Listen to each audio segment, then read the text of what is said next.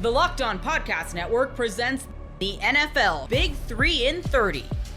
The three biggest stories in the NFL from our local experts at the Locked On Podcast Network. We bring you the real story, why it matters, what's next, who wins the big game, and more, all in 30 minutes. The NFL Big 3 in 30 starts now with the biggest story in the NFL. Can the Kansas City Chiefs make history as the first team to ever three-peat? You are Locked On NFL Crossover, part of the Locked On Podcast Network. Your team every day.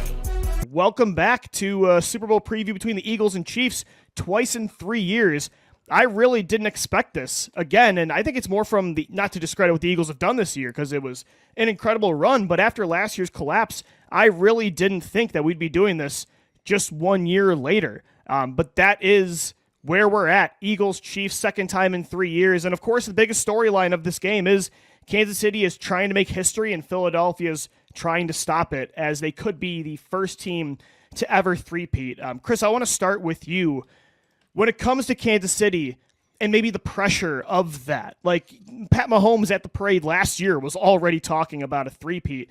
How much do you think that's weighing on them? Even though they already have 3 rings, like where does that kind of impact the team? Because it's, of course, a national media narrative that everybody's pushing, but how much is the team thinking about that right now?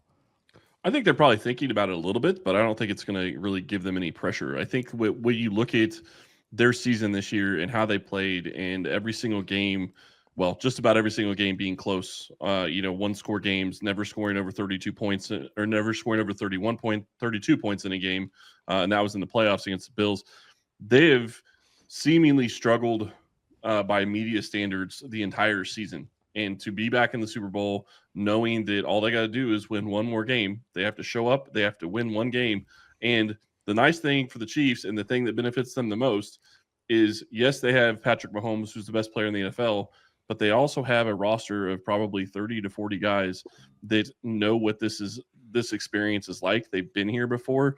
They have 2 rosters. They have 2 draft classes full of guys that have played in nothing but Super Bowls, and getting ready to add a third at this point.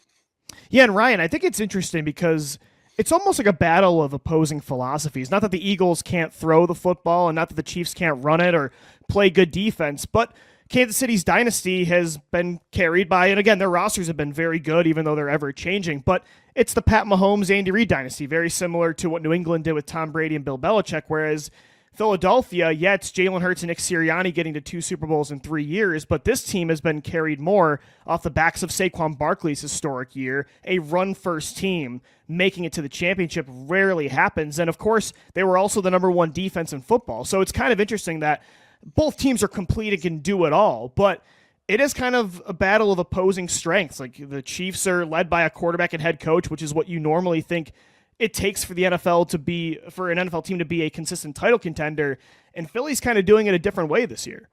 It's throwback, honestly, and if you're somebody who grew up like I did, wanting what this is, the Eagles are doing more of what I would do if I was running this team, right? Because I don't have faith in just one guy, except he's an alien.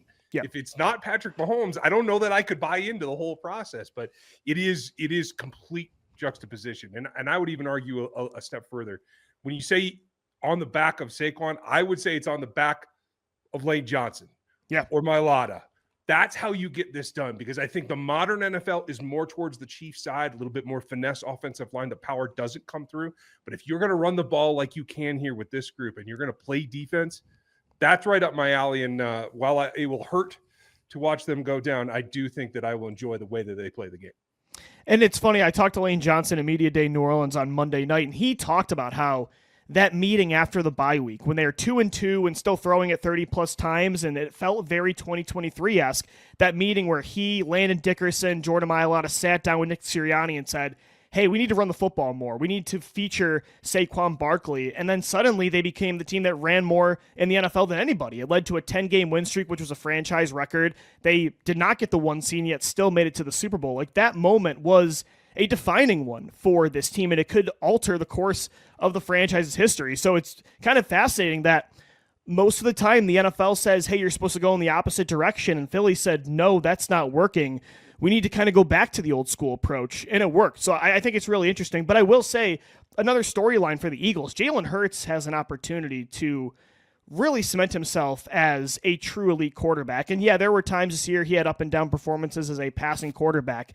But I really do think he's elite in a different way, more of a Russell Wilson, a Cam Newton. Yeah, it's not the same as a Joe Burrow or a Josh Allen or even a Pat Mahomes, but if he gets a ring, and he's been to 2 Super Bowls in 3 years, he had one of the best Super Bowl performances I've ever seen 2 years ago. His playoff win percentage is up there with the all-time greats. Yeah, again, you might still not put him ahead of, you're not going to put him ahead of Mahomes, maybe not even Burrow, Lamar, Allen, but I don't know how you can debate anymore that he's in that top tier. At least that's in my opinion if he wins this game. Chris, what do you think about that, at least from a quarterback perspective when it comes to the storylines in this game? Jalen Hurts outplayed Patrick Mahomes last year, or in 2 years ago when they played in the Super Bowl. Quite simply, he outplayed him. Don't get me wrong, Mahomes made plays when it mattered, and he got his team to where they could win the game. But Jalen Hurts outplayed Mahomes, I'll say 95% of the game. Mahomes did it when it mattered most. That's really what it comes down to. And it's almost always what it comes down to with him. Yeah. I do think that Hurts is in a conversation of being one of those top tier quarterbacks. But it is a question of, can he get over the hump? Can he get a Super Bowl ring? And this is his opportunity to go out and beat. And I know QBs don't play each other, but to go out and beat Patrick Mahomes. Yeah, it matters. And that says something. Ryan, is there another, of course, the three-peat is just, everywhere with the Kansas City storylines, but is there another key thing in this game that we should have eyes on outside of them making history with that 3 straight? It's really the fact that it is not just the offense. This, again, like last season, is a balanced team that had to do it together because you don't have everything that you wanted on offense. It's been, honestly, a season of attrition. They've tried, I don't know how many combinations of getting this player to do that and drafting this player to do that, where they just had to keep reinventing this team. And it has to happen on both sides of the ball. And it really is, I think, one thing that we can sit back and win, lose, or draw this particular Super Bowl, you can say this is an entire team going towards that three-peat chance together as a unit. And I think that's something special. Super Bowl 59 is here. One game, 2 teams, endless possibilities, and there's no better way to make every play more exciting than with FanDuel Sportsbook. Whether it's predicting the first touchdown, calling the MVP, or even betting on the coin toss, FanDuel makes it easy to get in on the action. With live betting all game long, you can adjust your bets as the game unfolds and feel the thrill from kickoff to the final whistle. The live betting feature lets you stay involved no matter what happens on the field, and the app is super easy to navigate. Plus, knowing that you can place a $5 bet and potentially win $200 in Super Bowl bets, that's icing on the cake. And the $5, you could go to the point spread on the Super Bowl. FanDuel has it close right now. Chiefs slightly favored. Kansas City laying 1.5 against Philadelphia this Sunday. Download the app or head to FanDuel.com to get started. Bet just $5, and if you win, you'll score $200 in bonus bets. That's FanDuel.com. Bet with FanDuel, official partner of Super Bowl 59.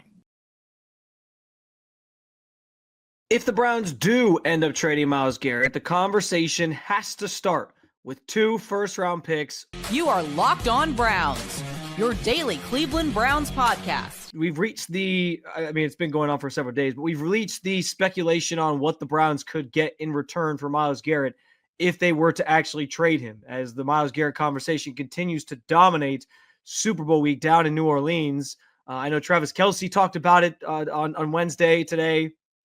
And rightfully so, given his connection to the area and his affinity for Cleveland just in general. So, he had some, I thought, thoughtful comments on Myles and the type of player that he is, but also the fact that the Browns fans like yourself want, you guys are you want to see a winning. You want to see a winning team out there on the field, and losing Myles Garrett is a tough sort of pill to swallow if that were to happen. As we know right now, the organization's digging their feet and saying that they're not going to trade him. Those are the facts as we know them at this moment. But that could change at some point. We'll see. And if they were to actually fulfill his desires, trade him to a team out there in the NFL, there's a couple important details to keep in mind when it comes to that, in terms of, he doesn't have a no trade clause. So he doesn't get say in or he doesn't have a list of teams that he would not waive his no trade clause for, like some people put in their contracts, especially you see, I think a lot in baseball, especially sometimes in the NFL though as well. NBA, I think, has that to an extent as well. But he doesn't get say in like where he goes. So we'll talk about those details coming up in a little bit in terms of like what destination could make the most sense for Myles. But for me, I want to start the conversation around like to me, you hang up the phone with any organization that's calling and not offering at least 2 first-round picks. I understand that, there's been some concepts floated out there in terms of what trade packages could look like. Diana Rossini, who's one of the most tapped-in insiders in the NFL of The Athletic, she listed, based off her conversations with one NFL GM, that it would probably take a first plus 1 and a 2 or 1 and 2 threes, maybe throw a player in there, was the direct quote from another GM. This GM also alluded to the fact that like anybody who's out there like 3 first rounders, that's just not happening. I don't know that anybody should have ever thought it was going to be 3 first rounders for Myles. I get the, this is one of those situations where obviously Browns fans are going to overvalue their own player. Not that Myles Garrett isn't valuable. He's still one of the best defensive players in football. He's still playing at a very high level. He's in the prime of his career. And so all those things certainly carry weight when you're having potential trade discussions with another team. But it was never going to be like 3 first-round picks for Myles Garrett. That was just never something that was, I think, based in reality, even though Browns fans maybe wanted it to be. And so I do think, what Diana Rossini is floating out there, a first plus, maybe a first and a second, a first and a couple thirds, maybe a player thrown in as based off her conversations with another GM, makes some sense. But for me, like, I'm hanging up the phone if your deal doesn't start with at least 2 firsts. I think 2 firsts is pretty reasonable for a player Myles Garrett's caliber that is still playing at a very high level. Yes, he's entering his age 29 season and will turn 30 at the end of next season. And so there is something, there's other examples of guys who, like, once you get to that age, once you get to that threshold, you start to drop off a little bit. But to me, like, Myles Garrett is a generational talent, and he is a freak of nature athlete, like one of these guys who is in peak physical condition. Obviously things can change. An injury could derail his career. Anything can happen at a moment's notice that changes the outlook of where he is and the type of player that he can be. I understand that.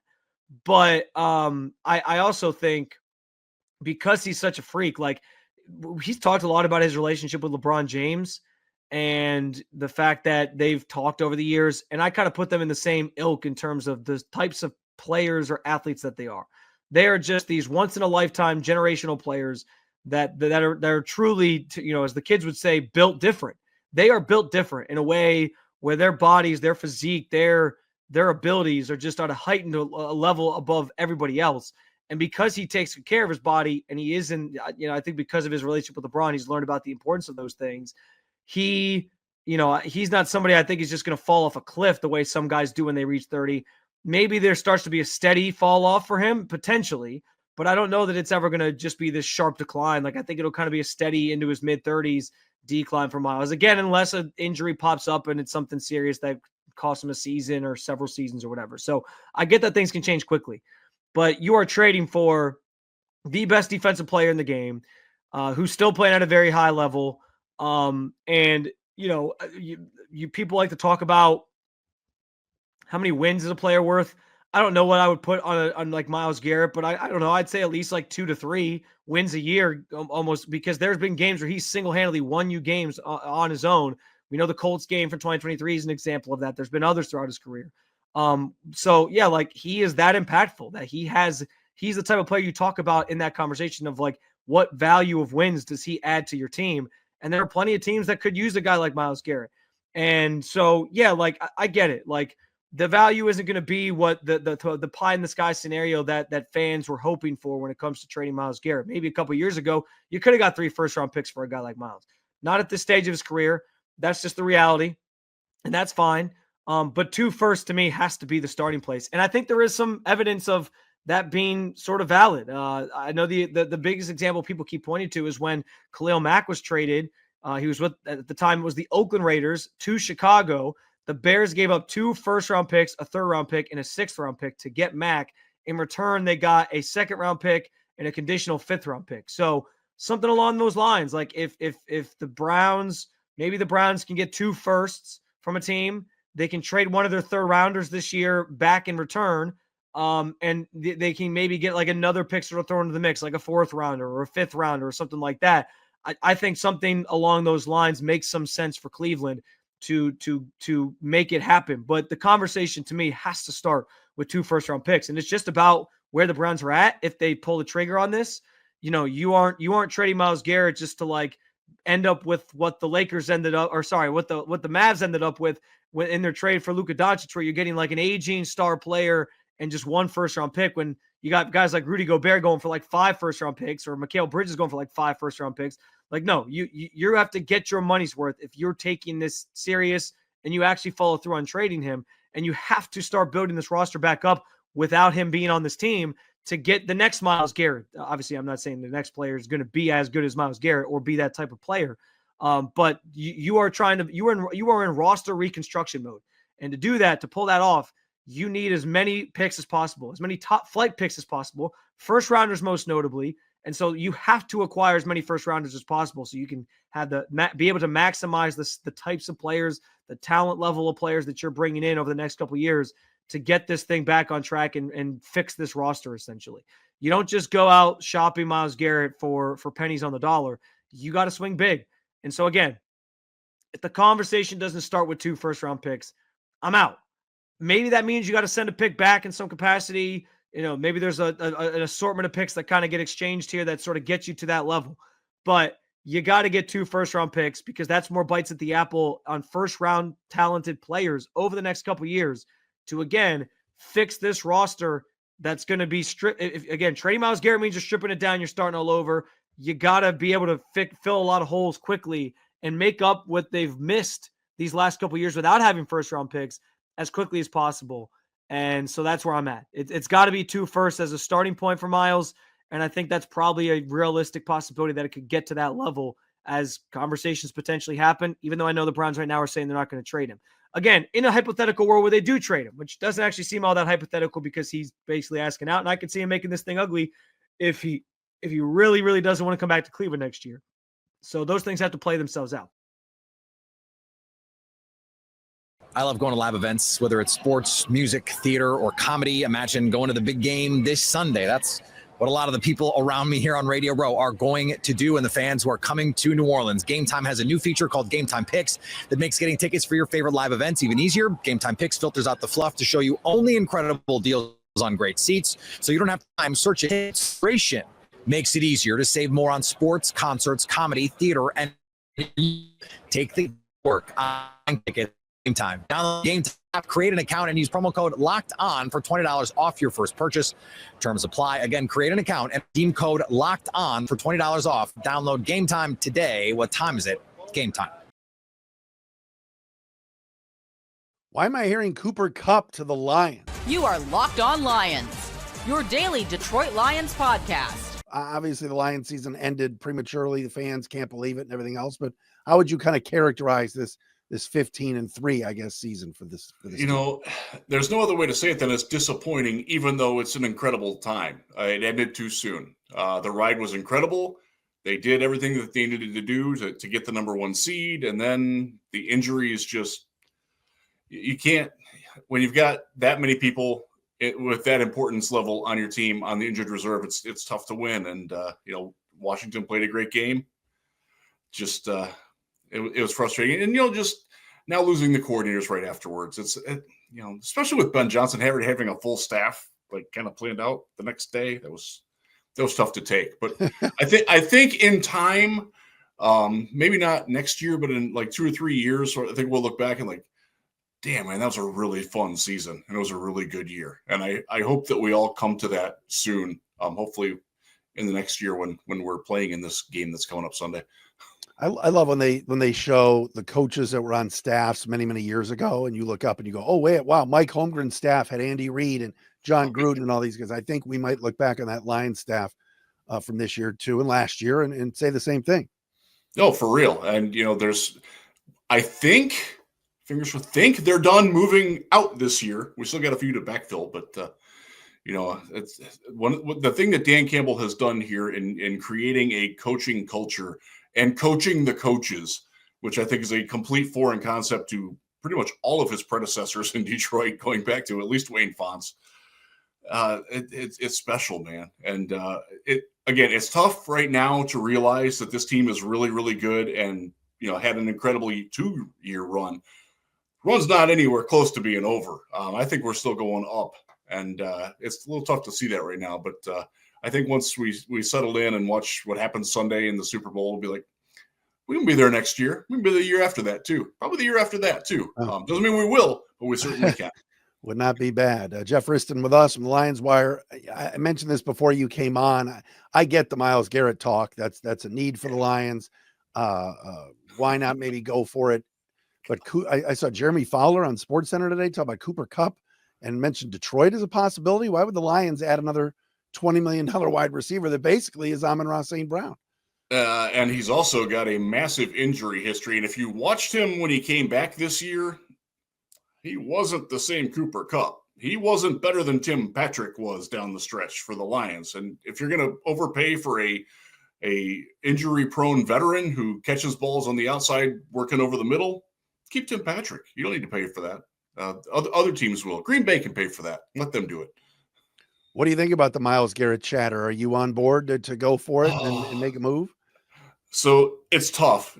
I freaking love Myles Garrett. He's my favorite player in the league. I just love the guy. Oh, wow. He's an incredible player, but he's also an incredible person. I mean, imagine showing up at the Museum of Natural History with your third grader on a field trip, and he's your docent taking you around. Like, he does that spontaneously. Like, he's an incredible guy, would be a perfect fit in any defense, but especially in the one that we think Kelvin Shepard's going to run in Detroit. But you got to pay him $50 million after you pay Hutchinson $35 to $40 million a year. Like, that's a 30-year cap right there. I mean, and then you're giving up at least 2 first-rounders. My guess on fishing around the Cleveland and Browns media is that it will take 2 firsts, 2 day 2 picks, and perhaps a player, and you'll probably get early day 3 or a late day 2 pick in return.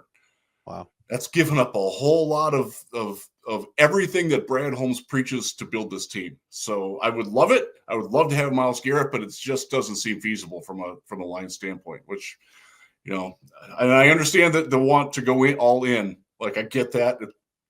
And there's no better player to do it with, but I don't see the Lions doing it. And I think that preempts anything. I also don't think that the Browns are that anxious to really get rid of him. So, it's fun to speculate, but probably not going to happen.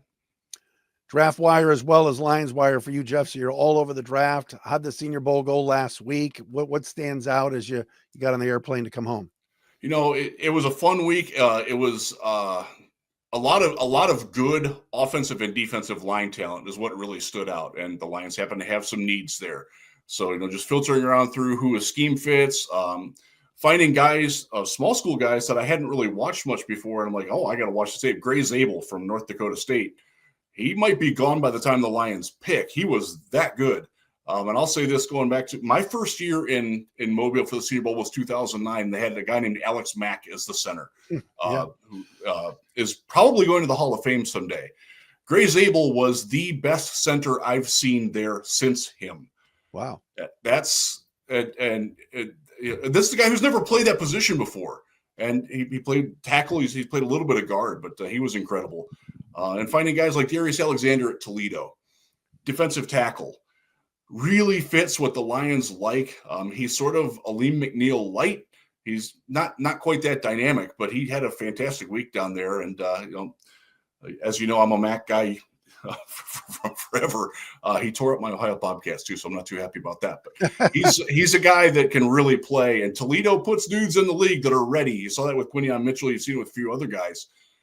He can go. So he's certainly an interesting one. But yeah, just that feeling. Linebackers were not great. I do think that if the Lions are in the market for a late round cornerback, mid round cornerback even, or a late round running back, you can find some guys down there. Fantastic tight end class too, which was nice to see. Not that the Lions are in the market for that. They have their top 2 locked up for a long time. But it's always good to see like where the strengths and the weaknesses are in the draft. And I will just tell you, it makes me very happy that the Lions have zero need for a quarterback this year, because this quarterback class is rough, dude. Well, that's where I was going next, because it's always fun, even when we know the Lions quarterbacks are fine, unless the Lions are going to trade Hendon Hooker in a Myles Garrett trade. Don't put that past the Browns. But what about, where are you on this group? And obviously, people think, oh, Shador to the Giants, or Shador to the Browns, or is it Cam Ward, or even is it the kid from Ole Miss? But it doesn't seem like after that it's a big drop off, and there's questions about even the guys at the top, right? Yeah, Shador is my number one, pretty handily too. I am morbidly fascinated to see what he's like away from his dad as his coach. His dad has been his coach since 8th grade. And I think that dynamic and how he handles that, I think he can thrive out of it, getting away and getting out from under the thumb and spreading his wings a little bit. I also wonder, though, that, Deion's not here. Like, do I have to list this guy? Like, that's a huge variable. Nobody's going to know how that goes until it happens. But yeah, he's going to be 1 or 2. Cam Ward, I'm lukewarm on him. He tries. One of the criticisms that we always have about Caleb Williams, and we like it now that he's in Chicago, is that he plays hero ball too much. Well, Cam Ward makes Caleb Williams look conservative on that point. And the arm talent is fine. It's not special. The processing speed is fine. It's not special. I worry for the team that takes him in the top 5, and he will absolutely go in the top 5. Then after that, Jalen Milroe played his way out of. Oh, mercy! He should have played his way out of the first 3 rounds. I don't know if that's going to happen, but his ball placement was so bad. Like, even just like routine throws when they're warming up, guys are having to reach down. It's never where and when it needs to be. Does throw the ball down the field incredibly well, but the short passes, like Ben Johnson offense has zero need for that. Any West Coast offense, like he won't make your team. So I think that Jackson Dart, in my mind, and a lot of other analysts' mind, moved ahead of him down there pretty definitively. But then again, you get a lot of people that are on Dart, and Mississippi's offense, basic, 1 read. If that read's gone, you either run or you have your 1 outlet, and that's it. Like that's your play. Yeah. So there's a lot of. I don't know. Again, it's a great year to not need a quarterback. And the Lions, unless they come completely out of left field and trade Hendon Hooker, and I don't think that they're looking in any way to trade him. I've heard quite the opposite, actually. Jake Fromm is number 3. I'm good with that. No more Tim Boyle, please. Oh, that's a good. I remember we loved Mr. August back in the day, Tim Boyle. Jeff Riston with us from the Lions Wire and the Draft Wire. Real fast, and then we'll get into some other stuff. But Jack Batch this weekend, and just really all week, but then the game on Saturday where he caught the touchdown pass, tight end from TCU. There might not have been a better story all week than what this kid did, huh? Yeah, going through the loss that he had off the field, and coming down there, he wasn't necessarily an early invite. He was sort of in the second wave. I just played his butt off, and he's not the best athlete. But there are some parallels there to what Cooper Kupp does as a bigger receiver who can work the middle, but also like get open deep. And he was game MVP, caught the walk-off touchdown in the game. Very tearful situation. But he also, I will say, he and Jalen Milroe had a really nice connection on deep throws throughout the week in practice. So there's something there with him. And look, you're looking at a guy who's a 4th or a 5th round pick, probably. Maybe squeezes into where the Lions comp pick for Aaron Glenn is, which will be number 101 or 102 when they get announced in a couple of weeks. But just a fantastic. And those are the things that we go to the Senior Bowl for, to meet guys like that. Met a couple other guys who were like underdog stories that they're probably not going to get drafted, or if they do, it's day 3, probably not by Detroit. But just finding those guys and connecting and seeing how important it is for them, and getting that back stuff. That's why we love what we do, Matt. That's we enjoy the stories, but also getting to know the guys behind the stories. And Betch certainly had a great week and a great story.